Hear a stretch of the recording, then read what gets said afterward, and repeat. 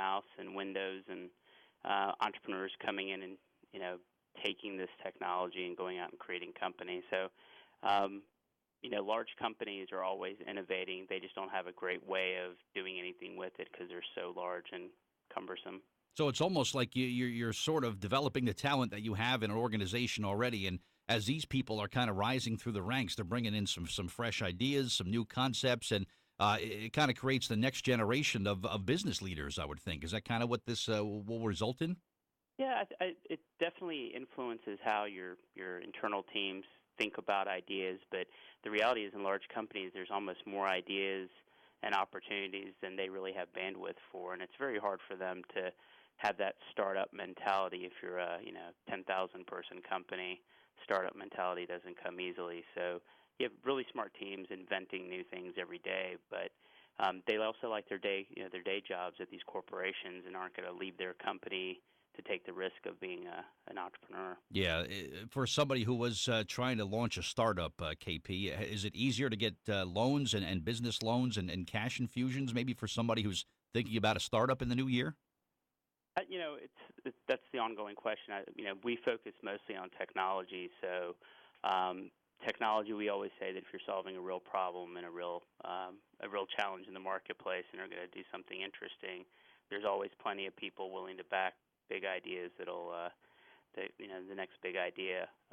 So I think in the world of technology, we're going to continue to see inflows of capital around these early stage companies. Talk about what the Combine is and what you hope to accomplish with that. Yeah, so we're a bunch of serial entrepreneurs that have kind of been there, done that before, and we see so many great ideas that come out of corporations and universities that really just don't get anywhere because of the inexperience of the team. So you have new ideas, new markets, and a team that's never done it before, and generally the investors end up paying for that learning curve, which results a lot of times with the high mortality rate of these companies. So our idea is basically that we provide our experience to really take that company from an idea into building a real company, and then we move on.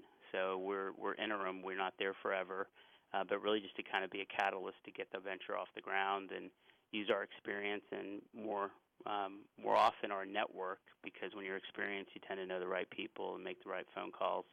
So it's a combination of our experience and our expert network to really accelerate these companies where a first-time entrepreneur probably is kind of learning it as they go.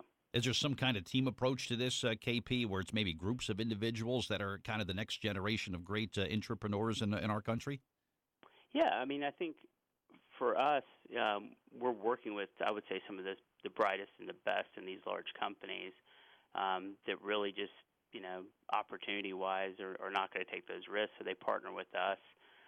We spin the company out, and we run the day-to-day, and they get to continue to be invested and interested in the company's success and still get to keep their day job and their 401ks and all that good stuff that large corporate gigs avail.